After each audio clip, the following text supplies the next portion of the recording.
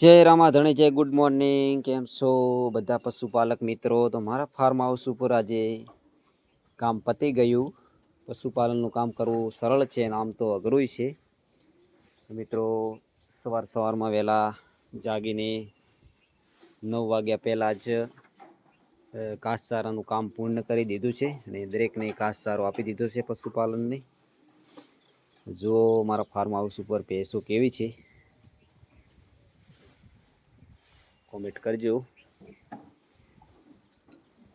આ વખતે ભેંસો તૈયાર કરવામાં આવી છે શાનદાર. એટલે મિત્રો અમારે સવારમાં જ 9 વાગ્યા પહેલો જ ઘાસચારો આપવામાં આવે છે. એટલે આખો દિવસ પછી જે ઓગાળવાનું કામ છે તે કરતી હોય છે અને બીજું સાંજે 6 વાગ્યે બીજો ઘાસચારો આપવામાં આવે છે.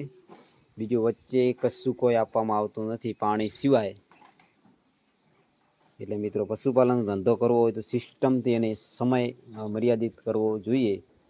જો આખો દિવસ તેને ઘાસચારો નાખ કરીએ તો તેમાં કશું વધવાનું નથી અને પશુપાલન જે ચરબી એટલે કે માતું બોડી બનાવતું હોય છે તે બનાવતું નથી.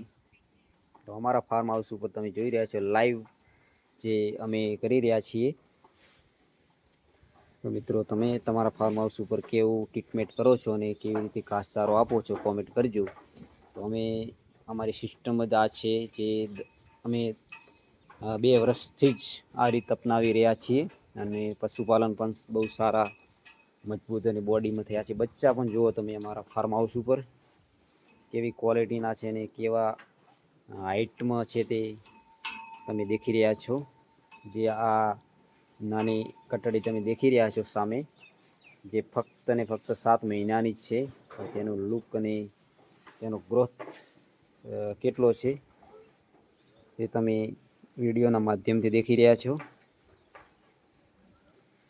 તો મિત્રો સારી રીતે પશુપાલનનો ધંધો કરવો હોય તો મહેનત સિસ્ટમ પ્રમાણે કરશો તો બહુ બિલકુલ ઓછી જ છે. અને જો જે મથ એટલે કે કામ તબેલાની અંદર આખો દિવસ ચાલુ ઘાસચારો નાખ કરીએ તો તેમાં પછી કશું વધવાનું નથી અને પશુપાલનમાં ખોટ જ થવાની છે. અને બીજું પછી કંટાળીને પશુપાલન અમુક પશુપાલકો વેચી નાખતા હોય છે. તો જુઓ અમારા ફાર્મ હાઉસ ઉપર અમે કેવી રીતે ઘાસચારાનું કામ પૂર્ણ કરેલ છે. જે ભરપૂર એટલે કે ભરપૂર પ્રમાણમાં ઘાસચારો આપી દીધો છે. જો ફૂલ સ્ટોકમાં, એટલે આખો દિવસ તેને કોઈ પણ પ્રકારનું ડિસ્ટર્બ કરવાનું નથી અને આરામદાયક જ જે ઘાસચારો છે તે ખાવાનું ચાલુ રાખશે. જો સાચી જ રીતે પશુપાલન ધંધો કરવો હોય તો અમે જે આ વિડીયોની અંદર તમને બતાવ્યું એ જ પ્રમાણે કરશો તો ચોક્કસ પ્રમાણે ફાયદો થશે. નુકસાન કઈ બાબતનું નહીં થાય. સિસ્ટમ પ્રમાણે જ ઘાસચારો આપવાનો. મિત્રો જો હાલ સમય 9:10 થઈ છે એટલે 9:30 વાગે ઘાસચારાનું કામ ખાઈ અને પશુપાલન બેસી જશે. એટલે કે પશુ બેસી જશે એટલે સીધા જ હવે 4 વાગે તેને ડિસ્ટર્બ કરવાનું થશે. 4 વાગે એટલે કે ખાંડ બનાવવાનું થશે અને પછી 5 વાગે દોવાનું કામ ચાલુ થાય છે. તે માટે જ બાકી તેનો સમય જે 5 થી 6 કલાક જે તેની આરામની હોય છે. તો વિડીયો કેવો લાગ્યો લાઈક અને સબસ્ક્રાઈબ કરી દેજો અમારા ફાર્મ હાઉસ ઉપર. હવે અમે જે આ ટપ સાફ કરવાનું કામ ચાલુ છે તે કરી દીધું છે.